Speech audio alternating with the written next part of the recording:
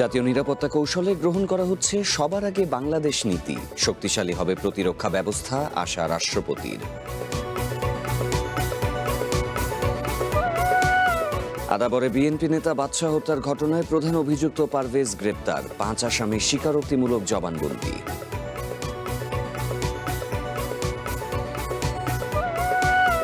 Grand মোসাল্লায় খামেনির প্রথম জানাজা, লাখো মানুষের কণ্ঠে আমেরিকা বিরোধী স্লোগান, মুসলিম বিশ্বকে ঐক্যের বার্তা ইরানি প্রেসিডেন্টের। এবং উত্তাপ ছড়ানো ম্যাচে জয় পেল ফ্রান্স, কানাডাকে বিধ্বস্ত করে ছুটছে মরক্কোর জয়রথ, কোয়ার্টার ফাইনালে প্রতিপক্ষ এমবাপ্পেরা।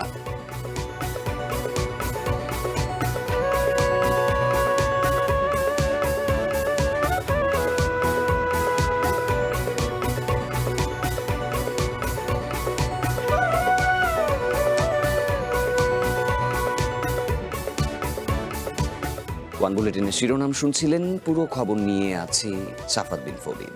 আন্তর্জাতিক অঙ্গনে বাংলাদেশ সেনাবাহিনীর সুনাম সুবিদিত বলে মন্তব্য করেছেন রাষ্ট্রপতি মোহাম্মদ শাহাবুদ্দিন। সকালে ঢাকা সেনানিবাসে প্রেসিডেন্ট গার্ড রেজিমেন্টের প্রতিষ্ঠাবার্ষিকীতে রাষ্ট্রপতি এসব কথা বলেছেন জাতীয় নিরাপত্তা কৌশল নির্ধারণে সবার আগে বাংলাদেশ নীতি ধারণ করা হচ্ছে এবং এর মধ্য দিয়েই দেশের প্রতিরক্ষা ব্যবস্থা আধুনিক ও শক্তিশালী হবে।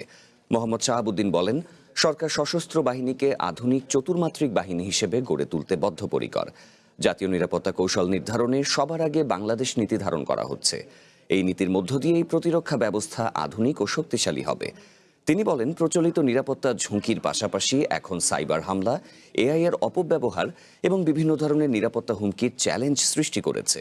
এসব মোকাবিলায় প্রযুক্তি সক্ষমতা বৃদ্ধি ও কার্যকর কৌশলের কোনো বিকল্প নেই।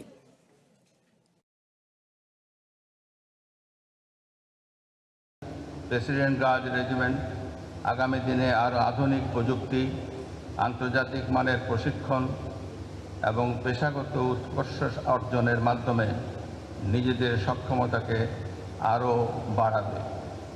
পরিবর্তিত বৈশ্বিক নিরাপত্তা কৌশলের সঙ্গে তাল মিলিয়ে নিজেদেরকে গড়ে তুলতে হবে। সরকার সশস্ত্র বাহিনীকে আধুনিক চতুর্মাত্রিক বাহিনী হিসাবে গড়ে তুলতে অঙ্গীকারবদ্ধ। দেশের প্রতিরক্ষা পরিকল্পনা প্রণয়ন ও প্রস্তুতি, প্রতিরোধ সক্ষমতা বৃদ্ধি ও জাতীয় নিরাপত্তা কৌশল নির্ধারণে নেওয়া হয়েছে সবার আগে বাংলাদেশ নীতি। আদাবরে বিএনপি নেতা বাদশা হত্যা মামলার প্রধান আসামি পারভেজকে গ্রেপ্তার করেছে র্যাব। এর আগে গ্রেপ্তার হয়েছেন 6 আসামির 5 জন। উদ্ধার করা হয় হত্যায় ব্যবহৃত ছুরি। আদালতের স্বীকারোক্তির পর তাদের কারাগারে পাঠানো হয়েছে। গত বুধবার নবোদয় হাউজিং এলাকায় ব্রাজিলের জয় উদযাপন ঘিরে বিরোধ শুরু। পরে সালিশের উদ্যোগ নেওয়া হয়েছিল, সেখানেই সাদ্দাম ও বাচ্চার উপর হামলা হয়। গুরুতর আহত অবস্থায় দুজনকে হাসপাতালে নেওয়া হয়, তবে চিকিৎসাধীন অবস্থায় মারা যান বাদশা। 3 দিন পর নিহতের স্ত্রী 6 জনকে অভিযুক্ত করে হত্যা মামলা করেন। আহত সাদ্দাম সোহরাওয়ার্দী হাসপাতালে চিকিৎসাধীন। শুক্রবার 2 আসামিকে গ্রেপ্তার করে র্যাব। বাকি 4 জনকে ময়মনসিংহ থেকে গ্রেপ্তার করেছে পুলিশ।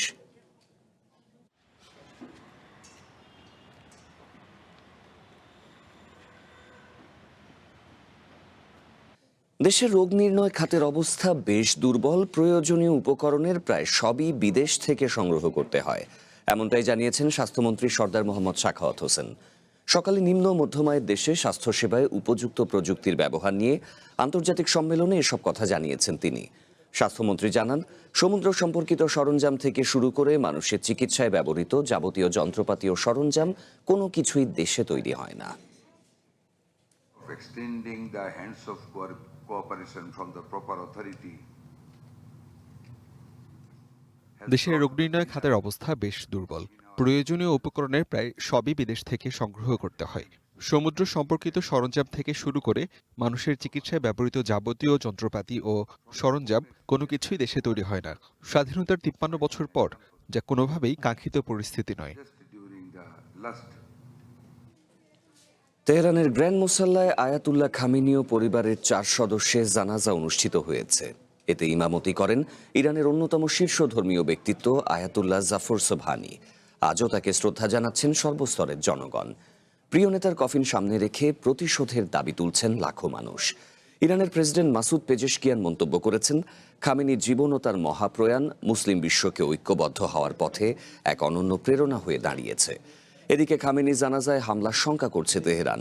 তবে ট্রাম্প জানিয়েছেন, খামেনির জানাজায় অংশ নেওয়া ইরানি কর্মকর্তাদের লক্ষ্যবস্তু করা হবে না। আমেরিকার মৃত্যু হোক, নিপাত যাক ইসরায়েলের, খামেনির কফিন সামনে রেখে লাখো ইরানির কণ্ঠে উঠছে প্রতিশোধের আওয়াজ। রোববারও খামেনির মৃতদেহ গ্র্যান্ড মোসাল্লায় সর্বসাধারণের জন্য রাখা হয়েছে।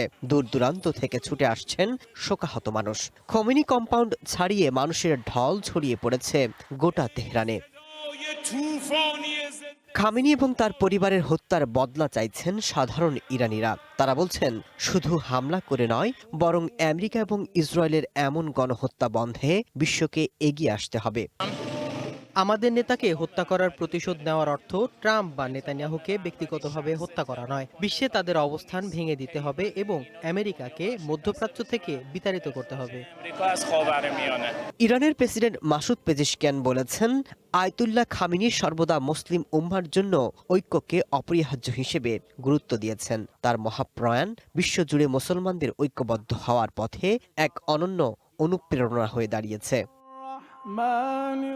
এদিকে ইরানের নির্বাসিত শেষ শাহ শাসকের ছেলে রেজা পেহেলভি বলেছেন, ইরানিরা খামেনির জন্য শোক প্রকাশ করছেন না, এর বদলে তিনি যাদের হত্যা করেছেন তাদের জন্য শোক করছেন। খামেনির প্রতি শোকের প্রপাগান্ডা তৈরিতে এই সরকার সাধারণ মানুষের বিপুল অর্থ খরচ করছেন বলেও অভিযোগ করেন তিনি। বিভিন্ন দেশের নেতা, জ্যেষ্ঠ কর্মকর্তা, ধর্মীয় ব্যক্তিত্ব এবং বিশ্বের নানা প্রান্ত থেকে আসা পণ্ডিতরা অংশ নিয়ে খামেনির প্রতি শ্রদ্ধা নিবেদন করছেন। ইরান এবং ইরাকে নানা ধর্মীয় আয়োজনে 7 দিন ধরে চলবে এই আনুষ্ঠানিকতা। 9 জুলাই খামেনির মৃতদেহ আবার ইরানে ফিরিয়ে আনা হবে। সেদিন মাশহাদের ইমাম রেজার মাজারে তাকে দাফন করা হবে। Masud Rana, one international desk. এ পর্যায়ে জানাবো কনফিডেন্স সিমেন্টের সৌজন্যে বিশ্বকাপ ফুটবলের খবর।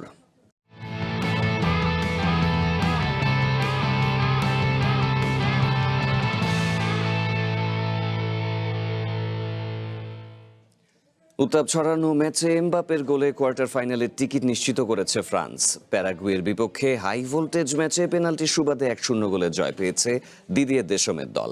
এই জয় বিশ্বকাপে অপ্রতিরোধ্যই থাকল দ্য ব্লুজ খ্যাত ফ্রান্সের যাত্রা। কোয়ার্টার ফাইনালে এমবাপে দেম্বেলেদের প্রতিপক্ষ African giant Morocco. France Paraguay high voltage ম্যাচের প্রথমার্ধ হতাশই করেছে ফুটবল সমর্থকদের। নান্দনিক ফুটবলের ছিটেফোঁটাও ছিল না ম্যাচে, তবে কড়া ট্যাকল, ধাক্কাধাক্কি আর তর্ক বিতর্কে উত্তেজনার কমতি ছিল না রাউন্ড অফ 16-এর দ্বিতীয় ম্যাচে। যদিও শারীরিক কসরতে প্যারাগুয়ে এগিয়ে ছিল ঢের, কিন্তু ম্যাচ শেষে জয়ের শেষ হাসি হেসেছে ফ্রান্স। প্রথমার্ধে ক্রমাগত আক্রমণ করে গেলেও প্যারাগুয়ের ডিফেন্স যেন দ্য ব্লুজদের জন্য হয়ে উঠেছিল চীনের অদৃশ্য দেয়াল। প্রথম হাফে প্রতিপক্ষের সীমানায় 215 পাস খেলেও তাই গোলবার খুঁজে পাচ্ছিল না ফ্রান্সের সমৃদ্ধ অ্যাটাকিং ফোর্স, যার প্রমাণ প্রথমার্ধে লা বিরোহাদের বিপক্ষে 9 প্রচেষ্টায় মাত্র একবারই গোলবার বরাবর শট নিতে সক্ষম হয়েছিল দিদিয়ের দেশমের ফ্রান্স। বিরতির আগে বেশিরভাগ সময়ে বারকোলা, দেম্বেলে কিংবা এমবাপ্পেরা যেন মেতেছিল গোলবারের ওপর দিয়ে উড়িয়ে মারার প্রতিযোগিতায়। দ্বিতীয়ার্ধের প্রথম 15 মিনিটেও ছিল প্রথমার্ধের প্রতিচ্ছবি। বল পজিশন ধরে রাখলেও গোলবারের ঠিকানা খুঁজে পাচ্ছিল না ব্লুজরা। তবে দেম্বেলের পরিবর্তে দেজিরে দুয়েকে নামানোর পরপরই সুফল পায় ফ্রান্স। সাব হিসেবে নামার 5 মিনিটের মধ্যে পেনাল্টি আদায় করে নেন দেজিরে দুয়ে। ডিবক্সের মধ্যে দুয়েকে থামাতে রীতিমতো হিমশিম খেয়ে খেই হারিয়ে ফেলে প্যারাগুয়ের রক্ষণ। প্রথমে রেফারির চোখ এড়িয়ে গেলেও ভিআর চেকে পেনাল্টি পায় ফ্রান্স। কাতার বিশ্বকাপ ফাইনালের পর প্রথমবার বিশ্বকাপ পেনাল্টি নেয়ার আগে কিছুটা নার্ভাস মনে হলেও লিড নেয়ার সুযোগ মিস করেন ফ্রান্সের গোল মেশিন এমবাপ্পে। চলতি বিশ্বকাপে 7ম গোল করে এমবাপ্পে ছুঁয়েছেন লিওনেল মেসিকেও। ফলে চলতি বিশ্বকাপে গোল্ডেন বুটের লড়াইটা আরও জমে উঠল। পাশাপাশি ফ্রান্সকে কোয়ার্টারে তোলার ম্যাচে গোল করায় সব মিলিয়ে বিশ্বকাপে 19 ম্যাচে 19 গোল এমবাপ্পের। 20 গোল নিয়ে সর্বোচ্চ গোলদাতা মেসির ঘাড়ে নিঃশ্বাস ফেলছেন দ্য ব্লুজদের আক্রমণ ভাগের প্রাণভ্রমরা। ম্যাচের 89 মিনিটে প্রথমবারের মতো বল সেভ করেন ফ্রান্সের গোলরক্ষক। পুরো ম্যাচে প্যারাগুয়ে গোলের জোরালো সম্ভাবনা তৈরি করেছে ওই একবারই। ম্যাচের অতিরিক্ত সময়ে মেসিকে ছুঁয়ে ফেলতে পারতেন এমবাপ্পে, তবে ডিবক্সে বল পেয়েও গোলরক্ষকের অসাধারণ দক্ষতায় গোল বঞ্চিত হয় কিলিয়ান। এমনকি ফিরতি শটেও গোল করতে পারেননি ফ্রান্সের নাম্বার 10। শেষ পর্যন্ত ওই এক গোলের জয় নিয়েই সন্তুষ্ট থাকতে হয় দিদিয়ের দেশমের দলকে। কোয়ার্টার ফাইনালে ফ্রান্সের প্রতিপক্ষ African giant Morocco. Ariful Islam সাহাব, ওয়ান স্পোর্টস ডেস্ক।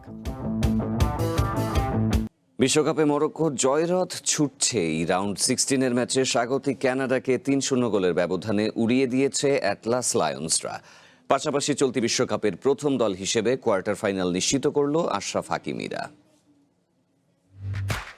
হিউস্টনে ইতিহাস গড়া হলো না কানাডার। ঘরের মাঠে মরক্কোর কাছে অসহায় আত্মসমর্পণে চলতি বিশ্বকাপের প্রথম স্বাগতিক দল হিসেবে ছিটকে গেল লেরুজরা। আর 22 বিশ্বকাপের পর 26 বিশ্বকাপেও আধিপত্য বজায় রেখেছে আশরাফ হাকিমিরা। দাপুটে জয়ে সবার আগে কোয়ার্টার ফাইনালের টিকিট নিশ্চিত করল অ্যাটলাস লায়ন্সরা। রাউন্ড অফ 16-এর প্রথম ম্যাচের প্রথমার্ধ অবশ্য শেষ হয়েছিল গোলশূন্য ড্রতে, যেখানে দুদলের আক্রমণ প্রতি আক্রমণের চেয়ে বড় খবর ছিল 6-6টি হলুদ কার্ড। প্রথমার্ধে অবশ্য মরক্কোর চেয়ে স্বাগতিক কানাডাই বেশি দাপট দেখিয়েছে। 11তম মিনিটে সুযোগ পেয়েও কাজে লাগাতে পারেননি অলুয়েসি। ইয়াসিন বুনুর গোল্ডেন লেফট লেগে বেঁচে যায় মরক্কো। পাশাপাশি মরক্কোর আক্রমণ ভাগের অন্যতম ভরসা ইসমাইল সাইবেরি ম্যাচের 22 মিনিটেই ইনজুরিতে ছিটকে যাওয়ায় প্রথমার্ধে বেশ চাপেই ছিল অ্যাটলাস লায়ন্সরা। তবে দ্বিতীয়ার্ধেই ম্যাচের দৃশ্যপট পাল্টে যায়। বিরতি থেকে ফিরেই লিড নেয় মরক্কো। ম্যাচের 50 মিনিটে আশরাফ হাকিমির বুদ্ধিদীপ্ত অ্যাসিস্টে মাটি কামড়ানো শটে কানাডার জালে বল জড়ান মিডফিল্ডার আজ্জেদিন উনাহি। লিড পাওয়ার উদযাপনে মাতে অ্যাটলাস লায়ন্সরা। এরপর সমতায় ফেরার মরিয়া চেষ্টায় হাই প্রেস করে খেলতে থাকে কানাডা, আর তাতেই লিড বাড়ানোর সুযোগ পায় মরক্কো। কাউন্টার অ্যাটাক থেকে ব্রাহিম দিয়াজের অ্যাসিস্ট, জায়গামতো বল পেয়ে নির্ভুল নিশানায় ম্যাচের 82 মিনিটে প্রতিপক্ষের জালে লক্ষ্যভেদ করেন উনাহি, করেন নিজের দ্বিতীয় গোল। কঠিন হয়ে পড়ে স্বাগতিক কানাডার ম্যাচে ফেরার সমীকরণ। 5 পরিবর্তনেও ম্যাচের ফলাফলে আর কোনো প্রভাব ফেলতে পারেনি জেসি মার্শের শিষ্যরা। উল্টো যোগ করার সময়ে স্বাগতিক কানাডাকে হতাশা উপহার দেন সুফিয়ান হাকিমি, নিশ্চিত করেন 3-0 গোলের বড় জয়। এই জয়ে টানা দ্বিতীয়বার বিশ্বকাপের কোয়ার্টার ফাইনালে জায়গা করে নিল অ্যাটলাস লায়ন্সরা। আরিফুল ইসলাম সাহাব, ওয়ান স্পোর্টস ডেস্ক। দেখছেন ওয়ান বুলেটিন। বিরতির পর আরও যা থাকছে।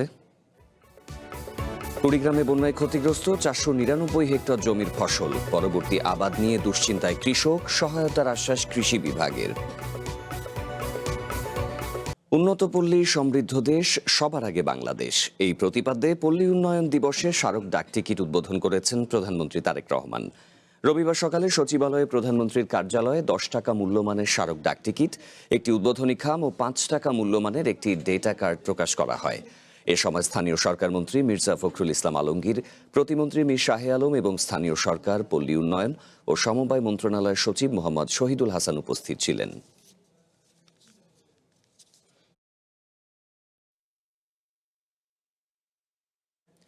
কুড়িগ্রামে নদ নদীর পানি নেমে গেলেও ফসলের মাঠে রয়ে গেছে বন্যার ক্ষত।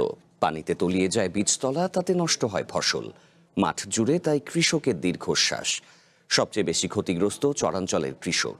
ক্ষতি পুষিয়ে উঠতে সরকারি সহায়তা চান তারা।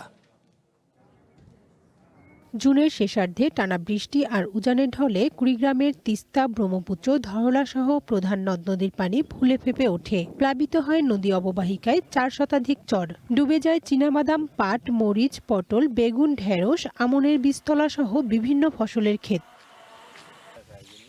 পানি নামার পর স্পষ্ট হয়ে উঠছে ফসলের ক্ষতির চিত্র।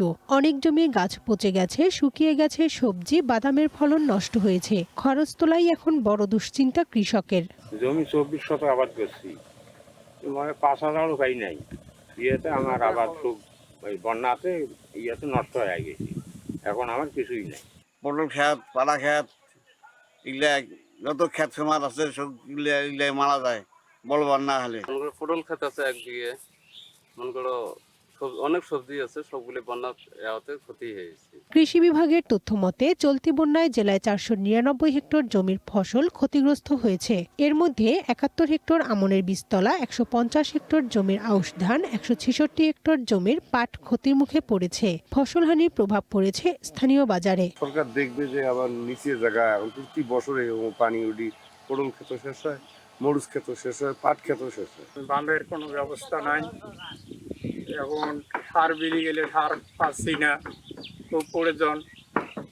এখন ঘুষ দিতে হয়। ক্ষতিগ্রস্ত কৃষকদের তালিকা তৈরি করে সরকারি সহায়তা দেওয়ার আশ্বাস দিয়েছে কৃষি বিভাগ। পানি নেমে যায় তাহলে পাটের গাছগুলো ক্ষতি হবে না, যদি পানি জমে থাকে তাহলে সেক্ষেত্রে ক্ষতিগ্রস্ত হতে পারে। এক্ষেত্রে কৃষকরা সেই ব্যাপারে যেন তাদের ফসল রক্ষার সার্বিক সহযোগিতা পায়, পরামর্শ পায়, এই জন্য আমরা তাদেরকে পরামর্শ দিয়ে যাচ্ছি। পানি নেমে গেলেও চরাঞ্চলের কৃষকদের সামনে এখন নতুন সংকট। কিভাবে ঘুরে দাঁড়াবেন তারা? দ্রুত সহায়তা না পেলে অনেক কৃষকই আগামী মৌসুমে আবাদ নিয়ে অনিশ্চয়তায় পড়বেন বলে শঙ্কা স্থানীয়দের। One national desk. এ বিষয়ে আরো জানাতে নীলফামারী থেকে আমাদের সাথে যোগ দিচ্ছেন সহকর্মী আবু সাইদ অপু। অপু, নদ নদীর পানি বৃদ্ধির বিষয়ে একটু তথ্য জানতে চাই। গত সপ্তাহে তো ডালিয়া পয়েন্টে তিস্তার পানি বিপদসীমা অতিক্রম করেছিল, ফলে চরাঞ্চল ও নিম্নাঞ্চলে সাময়িক প্লাবন দেখা দিয়েছে। এই মুহূর্তে পানি কি বিপদসীমার উপরে না নিচে রয়েছে? বন্যা পূর্বাভাস ও সতর্কীকরণ কেন্দ্র কোনো তথ্য জানিয়েছে কি?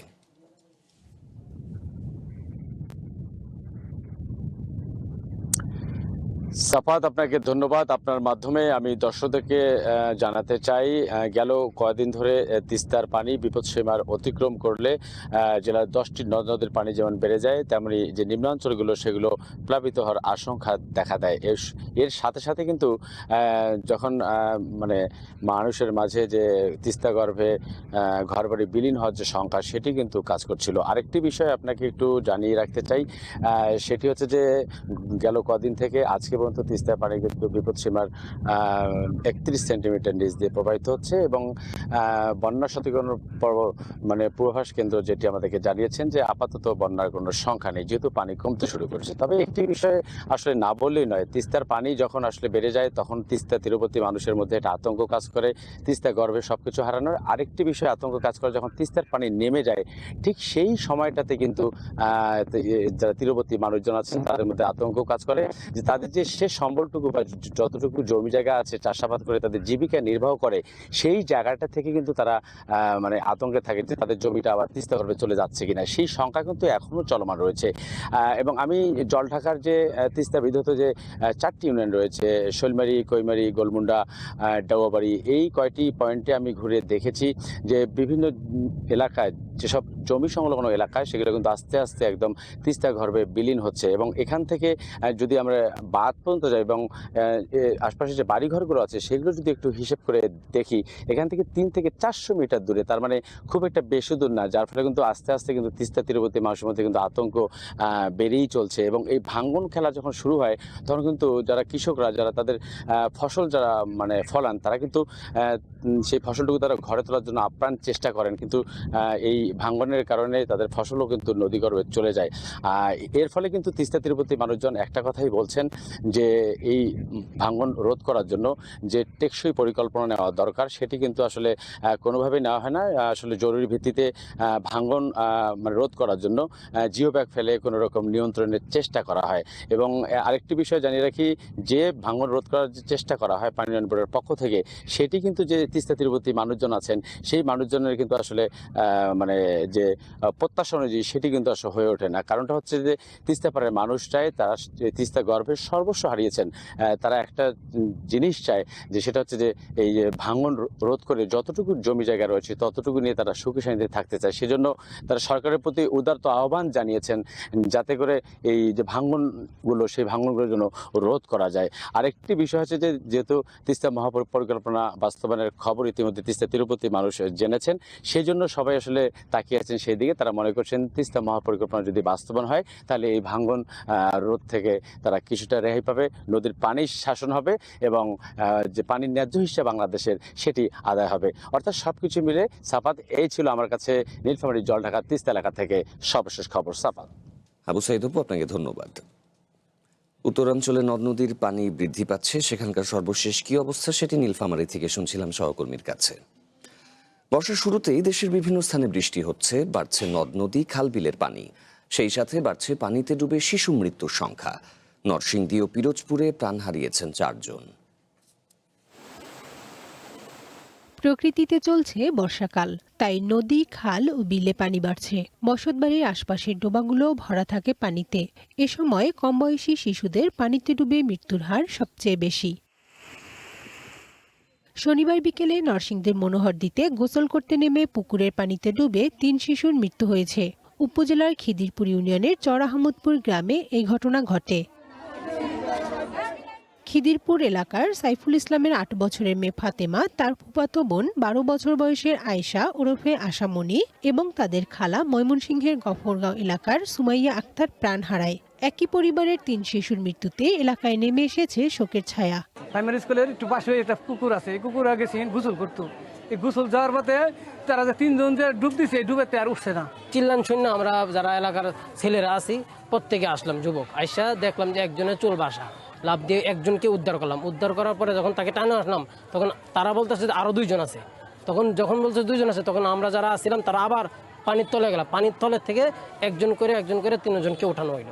মনোহরদী থানার ভারপ্রাপ্ত কর্মকর্তা জানান, নিহতদের মধ্যে 2 জন স্থানীয় কওমি মাদ্রাসার ৪র্থ শ্রেণীর শিক্ষার্থী এবং একজন ৫ম শ্রেণীর শিক্ষার্থী ছিল। তাদের অকাল মৃত্যুতে পরিবার, স্বজন ও এলাকাবাসীর মধ্যে গভীর শোকের সৃষ্টি হয়েছে। এদিকে পিরোজপুরের জিয়ানগর এলাকায় বলেশ্বর নদীতে মাছ ধরার ট্রলার থেকে নদীতে পড়ে মাহবুব ব্যাপারী নামে এক জেলে মারা গেছেন। কানিজ নুসরাত, ওয়ান, ন্যাশনাল ডেস্ক। নাটোরের লালপুর, পাবনার ঈশ্বরদী, কুষ্টিয়ার দৌলতপুর ও রাজশাহীর বাঘা ঘিরে রয়েছে পদ্মার চর। দখল আর আধিপত্য বিস্তারকে কেন্দ্র করে এসব চরে চলছে একের পর এক রক্তক্ষয়ী সংঘর্ষ। বালু ও চর দখলের দ্বন্দ্বে সক্রিয় একাধিক সন্ত্রাসী বাহিনীর গোলাগুলিতে গত ৯ মাসে প্রাণ হারিয়েছেন অন্তত 7 জন।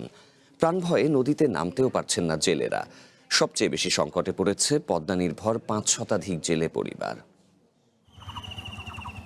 এ যেন পদ্মার বুকে এক অঘোষিত যুদ্ধক্ষেত্র।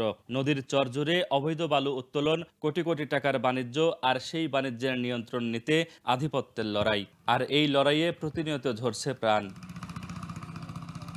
নাটোরের লালপুর, পাবনার ঈশ্বরদী, কুষ্টিয়ার দৌলতপুর ও রাজশাহীর বাঘায় পদ্মার বিস্তীর্ণ চরে দীর্ঘদিন ধরে সক্রিয় একাধিক সন্ত্রাসী বাহিনী। এক চরে অপরাধ করে আরেক চরে গিয়ে আশ্রয় নেয় তারা। কখনো কলাবাগানে, আবার কখনো সীমান্ত ঘেঁষা শূন্য রেখায় গড়ে তোলে তাদের আস্তানা। নদীতে মারামারি হচ্ছে, গন্ডগোল হচ্ছে।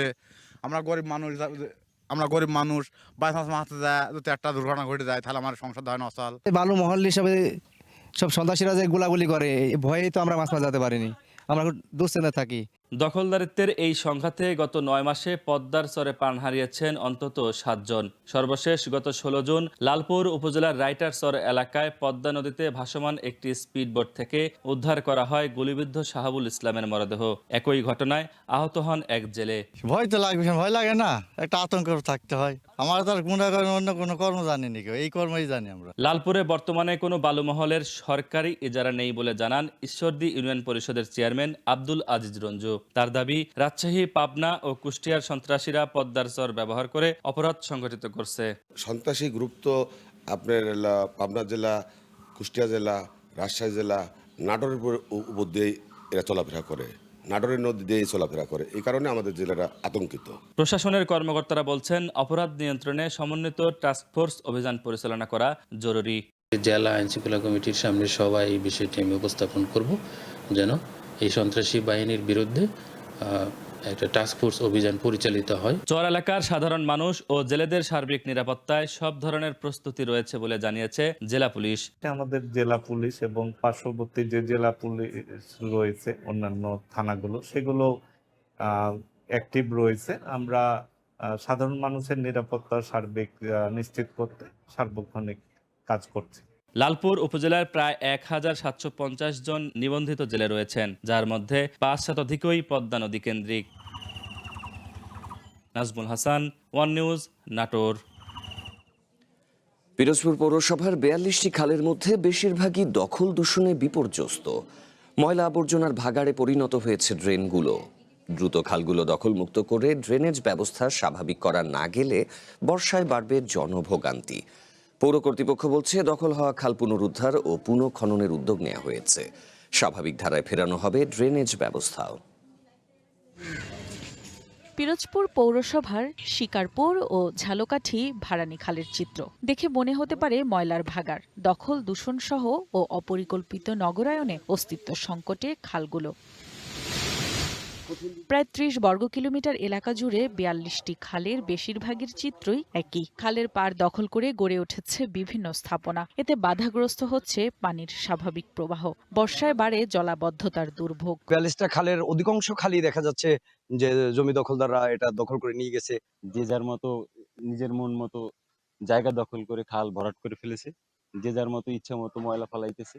আমরা কোনো ধরনের কোনো শান্তিতেই নাই, শুধু চারিদিকে ময়লা আর ময়লা। খালের পাশাপাশি প্রায় 60 কিলোমিটার ড্রেনও পরিণত হয়েছে ময়লা আবর্জনার ভাগাড়ে। বর্জ্য ফেলার কারণে নষ্ট হচ্ছে ড্রেনেজ ব্যবস্থা, বাড়ছে মশার উৎপাত। এই খালে পানি চলাচল করে অনেক দিন এবং এখানে ময়লা আবর্জনা থাকার কারণে মশা মাছির উপদ্রব এলাকায় অনেক বেশি। ময়লাগুলো সবাই খালেই ফেলে, যার কারণে খালটা একদম মরে এখানে ড্রেনের মতো হয়ে গেছে। এই খালে মাছ পাওয়া যেত, খাল দিয়ে নৌকাও চলতো, কিন্তু বর্তমানে এমন অবস্থা যে খালের পাশ দিয়ে হাঁটা সম্ভব হচ্ছে না। খালে সবসময় দুর্গন্ধ আসে, এলাকার লোকজন অনেক ভোগান্তিতে আছে। পৌরসভার কাছে, প্রশাসনের কাছে আমার এইটাই আশা যে এর জন্য খুব শীঘ্রই ব্যবস্থা গ্রহণ করবে। পৌর কর্তৃপক্ষ বলছে দখল হওয়া খাল পুনরুদ্ধার ও পুনর্খননের উদ্যোগ নেওয়া হয়েছে। সরকারের চলমান খাল খনন কর্মসূচির আওতায় পিরোজপুরের খালগুলো পুনর্খনন করা হবে বলেও জানান তারা। আমরা 42টা খালের অনুমান করতে পেরেছি এবং সেভাবে আমরা অ্যাসেসমেন্ট করেছি। সেখানে দৈর্ঘ্য প্রায় 67 কিলোমিটার। প্রশাসক মহোদয়ের সাথে আলোচনা করে উনি প্রেরণ করেছেন 8 কিলোমিটার খাল আমরা এই 6 মাসের মধ্যে আমরা পুনরুদ্ধার করব। পিরোজপুর পৌরসভায় লক্ষাধিক মানুষের বসবাস। দ্রুতই দখল হওয়া খাল ও ড্রেন উদ্ধারের ব্যবস্থা না নিলে বর্ষায় বাড়বে দুর্ভোগের মাত্রা, এমনটাই বলছেন পৌরবাসী। One national desk. জামালপুরের সরকারি আশিক মাহমুদ কলেজে 2025 সালের সিলেবাসে 2026 সালের 100 পরীক্ষার্থীর পরীক্ষা গ্রহণের ঘটনায় তদন্ত কমিটি গঠন করা হয়েছে। আর এই কমিটি তদন্তের পর এইচএসসি পরীক্ষা পরিচালনা কমিটি বাতিল ঘোষণা করেছে এবং সেই সাথে কলেজটির অধ্যক্ষকে শোকজ করেছে। তদন্ত কমিটির প্রধান মাধ্যমিক ও উচ্চ মাধ্যমিক শিক্ষা বোর্ড ময়মনসিংহের উপপরীক্ষা নিয়ন্ত্রক বিষয়টি নিশ্চিত করেছে। জানা যায় ঘটনার পরপরই 3 সদস্য বিশিষ্ট একটি তদন্ত কমিটি গঠন করে শিক্ষা বোর্ড।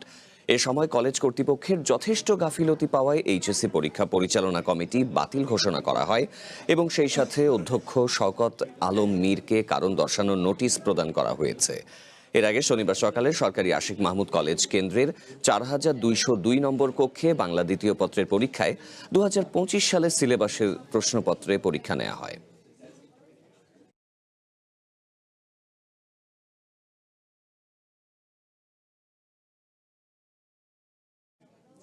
দেখছেন ওয়ান বুলেটিন। বিরতির পর আরও যা থাকছে। র্যাগিংয়ের অভিযোগে জাহাঙ্গীরনগরে 12 শিক্ষার্থীকে সাময়িক বহিষ্কার, নবীনদের নির্যাতনের দায় স্বীকার করেছে অভিযুক্তরা। 24 ঘন্টায় হামের উপসর্গ নিয়ে সিলেট ও বরিশালে মৃত্যু হয়েছে 2 শিশুর। সকালে সিলেট বিভাগীয় স্বাস্থ্য অধিদপ্তর জানিয়েছে হবিগঞ্জ 250 শয্যা জেলা সদর হাসপাতালে চিকিৎসাধীন ছিল 5 বছরের আবু হুরাইয়া। রবিবার মারা যায় সে। এ নিয়ে সিলেট বিভাগে হামের উপসর্গে মৃতের সংখ্যা বেড়ে দাঁড়িয়েছে 87 জনে। বর্তমানে এই বিভাগের বিভিন্ন হাসপাতালে হামের উপসর্গ নিয়ে চিকিৎসা নিচ্ছে 275 জন। হাম উপসর্গে বরিশাল শের-ই-বাংলা মেডিকেল কলেজ হাসপাতালে চিকিৎসাধীন 6 মাসের এক শিশুর মৃত্যু হয়েছে। এ নিয়ে এই বিভাগে হাম উপসর্গে মৃতের সংখ্যা দাঁড়িয়েছে 51 জনে। বর্তমানে ভর্তি রয়েছে 131 জন।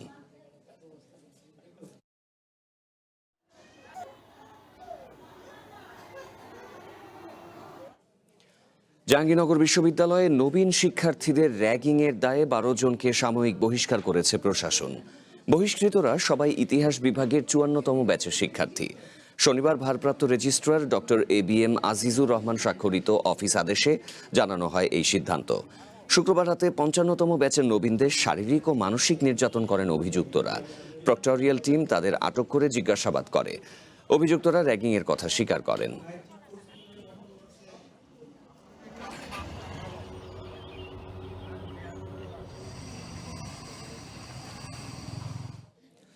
জয়পুরহাটের হিচমি থেকে হিলি পর্যন্ত বাইপাস সড়কের ভূমি অধিগ্রহণে ফসলি জমি ও বসতভিটার ন্যায্য মূল্য না পাওয়ার অভিযোগ তুলেছেন স্থানীয় শতাধিক ভূমি মালিকরা। সরকারিভাবে জমির দাম কম নির্ধারণ করায় ক্ষোভ জানিয়েছেন তারা। পুনঃ তদন্তের মাধ্যমে ভূমির সঠিক মূল্য নির্ধারণের দাবিতে মানববন্ধন ও জেলা প্রশাসকের কার্যালয়ে আবেদন করেছেন ভুক্তভোগীরা। জয়পুরহাটের অর্থনৈতিক ও যোগাযোগ ব্যবস্থার উন্নয়নে 2018 সালের জুন মাসে হিচমি থেকে পুরানা পৈল এবং পুরানা পৈল থেকে 5 বিবি হয়ে হিলি পর্যন্ত বাইপাস সড়কের রাস্তা প্রশস্তকরণ প্রকল্প শুরু হয়, যা শেষ হয় 2025 সালের জুন মাসে। এই প্রকল্পের আওতায় প্রায় 22 একর ভূমি অধিগ্রহণের মাধ্যমে 18 ফিট থেকে 24 ফিটে সড়ক প্রশস্ত করা হয়। কিন্তু এই প্রকল্পে ভূমি অধিগ্রহণে বাজারের তুলনায় জমির দাম অনেক কম নির্ধারণ করে জেলা প্রশাসন। এমন অভিযোগ ভূমি মালিকদের। ন্যায্য মূল্য ও ক্ষতিপূরণের দাবিতে জেলা প্রশাসকের কার্যালয়ের সামনে সম্প্রতি মানববন্ধন করেছেন পাঁচবিবির পাটাবোকা, খাসবাগুড়ি ও বনখুর মৌজার শতাধিক ভূমির মালিক। পরে জেলা প্রশাসকের কার্যালয়ে আবেদন জমা দেন তারা। জমি অধিগ্রহণের জন্য যে টাকাটা দিচ্ছে বর্তমান বাজার মূল্যে এই টাকাটা অতি নগণ্য। আনুমানিক বাজার মূল্য প্রায় 30 লক্ষ টাকা। সেখানে আমাকে অবহিত করা হয়েছে প্রায় 3 লক্ষ টাকার কাছাকাছি। 2021 সালেও 1% জায়গা 2,10,000 টাকা করে কেনা বেচা হয়েছে। এখন 2026 সালে আসে এই জায়গাগুলোর দাম এখন নির্ধারণ করতেছে 76,000 শতাংশ এবং ক্ষতিপূরণ হিসেবে আরো 200% দিচ্ছে। সরকারের কাজে লাগবে অবশ্যই, কেন দিব না। আমরা এই ক্ষেত্রে সরকারকে সহযোগিতা করতে চাই, কিন্তু এত কম দিয়ে আমাদের পেটে তো লাথি মারা হচ্ছে। সড়ক বিভাগ বলছে প্রকল্পের কাজ অনেক আগেই শেষ হয়েছে। ভূমি অধিগ্রহণের 22 একর জমির দাম প্রায় 68 কোটি 21 লাখ টাকা জেলা প্রশাসকের কাছে হস্তান্তর করা হয়েছে। এর প্রাকৃত মূল্য দাঁড়িয়েছিল 68 কোটি 21 লক্ষ টাকা। তো প্রকল্পটি সমাপ্ত হওয়ার পূর্বে এই সমুদয় অর্থ ইতিমধ্যে প্রাক্কলন অনুমোদনপূর্বক ডিসি অফিসে হস্তান্তর করা হয়েছে। সমস্ত কাজই সমাপ্ত হয়েছে এগুলো 2022 সালের পূর্বেই। উন্নয়নের নামে সাধারণ মানুষকে বাস্তুচ্যুত না করে বর্তমান বাজার দরের সাথে সামঞ্জস্য রেখে ক্ষতিপূরণ দেওয়ার জোর দাবি জানিয়েছেন ভুক্তভোগীরা। One national desk.